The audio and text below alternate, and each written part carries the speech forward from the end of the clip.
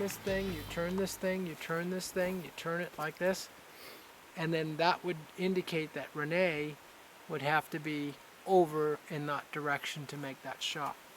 Because you see that front, what we call the front where it goes like this, it would have to turn and rotate in real life for the photographer to be on its side, like so.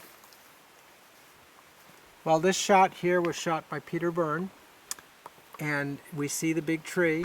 We see Al Hodgson's son, Mike Hodgson, and you see, okay, the big tree, and then you see this very prominent stump right here with the front of it cut at a different angle than flat. And then in real life, which is 2012 right now, July 27th, that is the remnants of it right there. And if you look at this again, you get a stark difference in terms of contrast using black and white film, which you see here, as opposed to color. Color is good for some things. Black and white seems to bring out a whole different flavor of the same area. It seems like you see things differently. So you get to see these side by side, although they are of different vantage points. But you see how the black and white, you could really kind of see inside, you know, a different type of view. Yeah, so Daniel, show me, you already showed me on this one. We're talking about right here, this stump that's just over here. That stump right this here. One right here. This stump right here. This guy. Is right there. And compare right over here on this one to the 71 aerial. And then if you look at it over here, the big tree, which is deceptive, is right here. The big tree. And there's that other stump on this right. overall and then, view picture. Yeah. So, big tree, stump.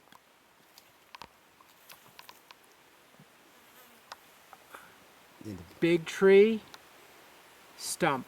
But again, two different vantage points, and this was shot, I think, in 72, and then this in 73. Mm-hmm. Thank you very much. So there it is. Ian, what do you think about that so far? Looks good. Good, good, good. I think we're in the right spot. Here's the thing: when you look to the left of this as you're facing this way, then those stumps are right there. Right. That's the rest of that curve in the picture. Right. Those stumps are there. Yeah. So my artifacts are where they need to be, and that's the significance about this film site in reestablishing that positively that this is in fact the film site, is matching things that are not going to move, such as a massive boulder or a tree or a stump, fixed locations. Good. So, hey Daniel, let's take a look at the leaning stump too, right over here. let's go walk over. So what I'm saying, Ian, let's start again. We know the big tree is back there in the background, and that massive stump with the front slashed off there would be there. And then you come over to the side a little bit and then forward, closer to the creek. And that's a and real we good see match right here. Another stump, which is right here. And you look at the lean is leaning in this way towards the person, or towards this way, and we're right in front of it like the camera was. And as you see that lean, it also leans this way too. It doesn't lean that way. So in other words, that lean is making sense. If that stump leaned that way, we would say, oh, we've got a problem. But there doesn't appear to be a problem. I think it's and then just if you about go, a perfect match. If you go to the left of that leaning stump, the other stump is there, and you could see, like, wow, that looks like, if this guy's 6 feet, the distance between here looks like it could be 6, 7, somewhere in that vicinity. And so what I'm saying is that makes physical sense. Hey Ian. Robert. Hey, it's good to have you here. Good to be back. It's Yeah. been over a year, I guess, for Right. me. And last time we saw you at the film site, you weren't convinced. You felt that we were still misinformed, that it was still farther downriver. And since then, the last time the viewers saw you, you were like, you guys, you gotta be kidding me. And since then, you've been back last couple days. And so what is your opinion now? I'm 99.9% sure we found the site. I'm sorry, Ian, could you say it one more time for me? One more time. I'm 99% sure we found the site. Thank you. You've done the work. We had a great team of volunteers here the past 2.5, 3 days. We did an incredible amount of work. Bill Munns came out, and the math is there. Trees line up, stumps line up, distances make sense. We've got it. Daniel Perez came out, so he was here too to give his stamp of approval on it. So there's been an incredible amount of work done. One of our intrepid leaders here spent last night coming up with putting our measurements onto cleaner paper. Yeah. This is not the one that got dragged through the field. Because we have field notes, which are just like, let's measure that, make sure these are taken care of, and There's back sides of scribblings these. on there, but we can't read this very well. Let's blow it to bigger pieces of paper.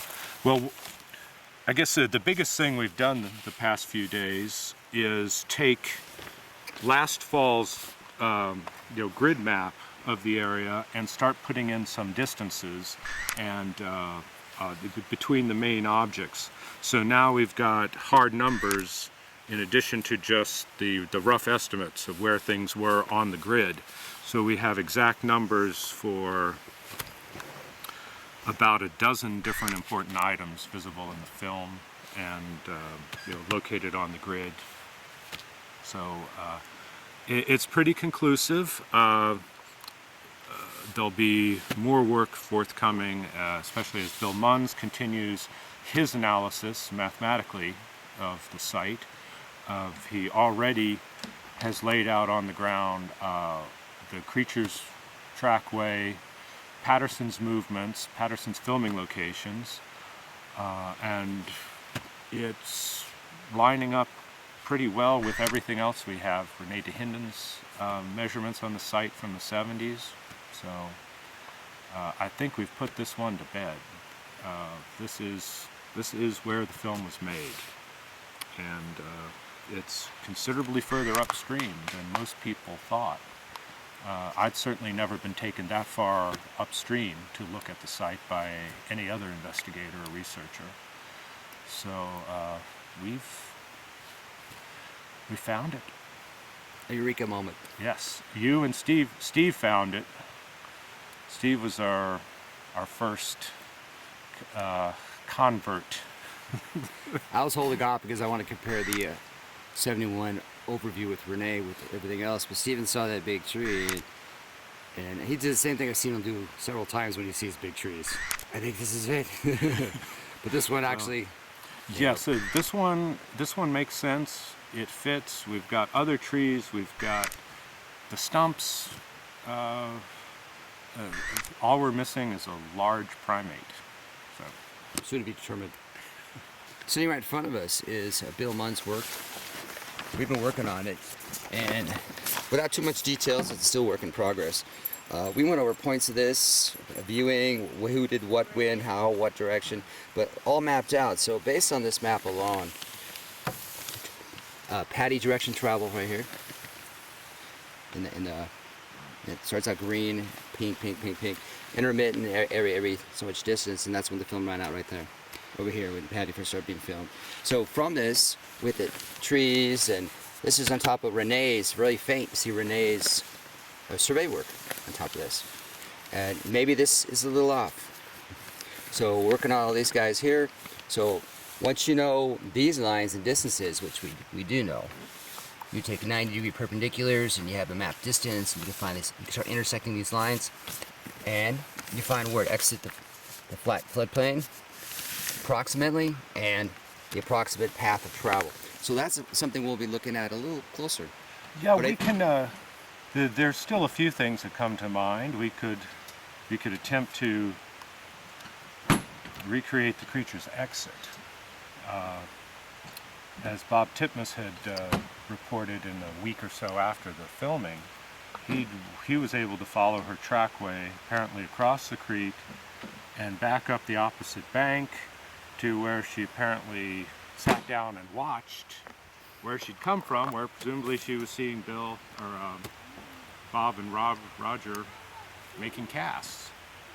That would be something interesting. Go up the other side of the creek and hillside and see if we can find a possible location that would look back down on Ground Zero. On Ground Zero, yeah. But this just extraordinary work here.